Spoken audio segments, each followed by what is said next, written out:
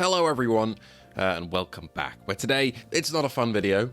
Well, it's kind of a fun video because I get to tear apart some points that are quite poorly thought out and poorly researched, but there are some good points in here as well that we'll be talking about, and all of this is coming from a piece of PSVR2 journalism by Push Square the other day. Now, if you've been living under a rock over the last couple of weeks, basically, since the announcement of Beat Saber leaving PSVR2 and PSVR1, people have been sounding the death knell for PSVR2 in the streets every single day, and for us that own the headset and enjoy it, we personally know that great third-party games are going to be coming out for the headset. There's a good chance of Resident Evil 9 coming to the headset, and overall we're not going to be short of stuff to play. The lineup of the first 2 years of PSVR2 games has been fantastic, but of course journalists don't really see it that way, and today we're going to be talking through the Push Square article and see what they have to say, because I'm a little bit disappointed with some of the writing here in terms of how it's been researched, because clearly they don't really know what they're talking about in certain areas. In some areas they certainly do, as we'll get into, but in others, the way their points are formulated just doesn't really make much sense. So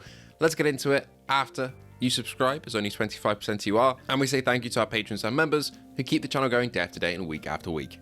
Now, there are several other YouTubers who have put out videos about PSVR2 over the last week, saying about whether or not it's been a failure as a first-party headset, and I'm going to straight up say names. Gamertag VR is one of them, but the difference I see with someone like Gamertag and an article like this with Push Square is that Gamertag has been along for the ride since PSVR 1.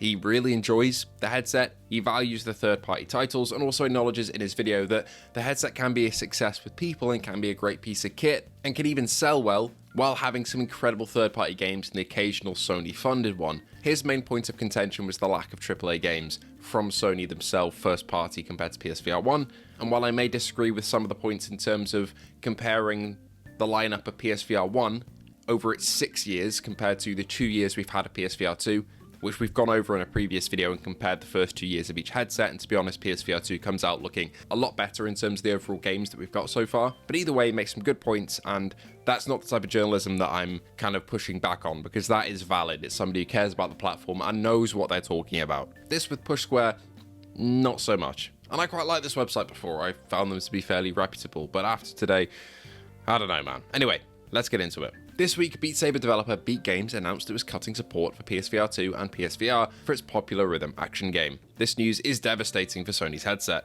While the PS4 version of the title is a little long in the tooth these days, the PS5 edition is still an excellent way to enjoy one of the premier virtual reality games available. In the official PS Store sales charts of May 2025, the title finished 3rd and 6th in the US and Europe respectively in the PSVR 2 category. That's despite it being among the best-selling titles for the peripheral since it released. To be clear, Beat Saber is not going away entirely. Multiplayer support will be removed in January 2026, but the game and its many concept packs, blah blah blah blah, we know about this. It's not getting any more DLC, we've been over this, they're just kind of reciting information here, fair enough, giving context. They then go on to acknowledge that yes, Beat Games is owned and operated by Meta. So if Meta want to go for a more walled garden approach, just like Apple do with some of their software, and say, look, you're not going to be able to get it on PSVR 2, you're going to have to come to us and buy one of our headsets, or, buy our game through Steam, or through the Meta app on PC, then you're going to have to do that. They say, however, we counter that if Beat Saber was seeing significant engagement on PSVR 2, there wouldn't be the incentive to pull the plug on support. The developer will know how many people are purchasing and playing its game on a monthly basis, and we'd hazard the overall numbers are quite low. This one, we actually have no idea. In terms of how games are sold on PSVR 2 and how well they do, we've had varying results. Some developers, I believe like Ultra Wings, say their games haven't done as well as they thought, and then some others, like Combat Waffle with Ghosts of Tabor, have said they've been very happy with how the port is done. So ultimately we'll never know the exact sales numbers. What I can say probably for sure though is that yes, the sales numbers compared to Beat Saber sales on Quest will be small, mostly due to the amount of Quests sold and the fact that it's one of Quest's main flagship games, whereas on PSVR 2, not so much. Push Square say that this is the death knell for PSVR 2, which is a great piece of kit but has never really found its footing. But ultimately, I don't think Beat Saber is the be-all and end-all of this headset. When I speak to anybody who has played a PSVR 2, I don't think I've ever heard that a favourite experience on the headset has been Beat Saber. It's a good game to show off to the family when they're trying it, and people do buy it, the sales charts show that. But it's not the reason people are sticking around, and it's not the reason that people are jumping into the headset, I would say. Why would you spend the price for PSVR 2 and a PS5 to go and play Beat Saber when you could play it on a Quest 2 for much cheaper? People are buying the PSVR 2 for its games, features, and graphics rather than a Meta-owned game that you can get a lot cheaper elsewhere if you really care about that. The same people who are saying that we need AAA games on PSVR 2, which is true, to drive more people over to the headset, and now saying that because we don't have Beat Saber, less people are going to be driven to the headset and it's going to sell less. That just doesn't make any sense to me. But ultimately, all of this so far can be considered as fair. A lot of it is objective and just opinion-based, and can't be verified because it's guesswork. They even say we'd hazard a guess that the numbers are low, because they don't know. Next up though, it gets a little bit more iffy. They say the original PSVR was not only a more affordable novelty, but was also strongly supported by Sony, with essential first-party titles like Astro Bot Rescue Mission, Blood and Truth, and the Wipeout Omega Collection. They do say and more, but let's go off these three, because these are the ones they brought up. Wipeout Omega Collection got an update in October of 2018, I believe, 2 years after the headset was released. Now, if we want to equate this to a PSVR 2 game, you know, a racing game that has all the content playable in VR, we have that with Gran Turismo 7. Of course, it'd be great to get Wipeout, but there's an equivalent game right there. As for Astro Bot Rescue Mission, that also came out in October of 2018, 2 years after the headset was released, and we got a similar release, partially funded by Sony, through IOI, of Hitman, in pretty much exactly the same time frame, about 2 years after release. A game with a lot more content, whichever one you prefer in terms of fun is subjective, but Astro Bot is a great game, so is Hitman, and I'd say they're pretty comparable there. As for the middle game they name, this is where it starts to get a bit disingenuous, because Blood and Truth came out in the third year of PSVR 1, and this is where you're comparing 3 years worth of content to 2 years worth of content, or 2.5, 2 and a few months if you want to be pedantic, for PSVR 2. And again, we've been through this in a previous video where we went through all the titles released for PSVR 1 and the time frame that it happened in, and to be honest, we're not too far off. And that's where I just can't really back this sort of argument, because by the time frame you're giving us, a game like Blood and Truth wouldn't have been out in the life cycle of the headset so far. Just doesn't make much sense. Anyway, onwards we go. They do credit Horizon Call the Mountain being jaw-dropping, but they didn't follow up with anything of note. I agree with that in terms of AAA games. Sony should have followed it up with a second game in its second year, at the 1 year anniversary, definitely with something else. And they also credit GT7 for being a great PSVR 2 game, and Resident Evil Village and Resident Evil 4. There's absolutely no mention of a possibility of Resident Evil 9 here in this article, even though it had been announced by this point, and Capcom's history with VR. Of course, it's not confirmed, but it definitely is something to consider because of their track record. And the only upcoming game that they do mention in this article for content that's coming to the headset is Luminous Arise, which looks great, but I'm sorry, we do have Luminous, we have Aces of Thunder, VR Rider, Thief, RoboQuest, Postal 2, Out of Sight. We have a load upcoming that look fantastic, but they only mention one here, which is just either purposefully disingenuous or that they just haven't really done their research at all, which you could just Google upcoming PSVR 2 games, and there you go. So they took this as the beginning of the end for the headset.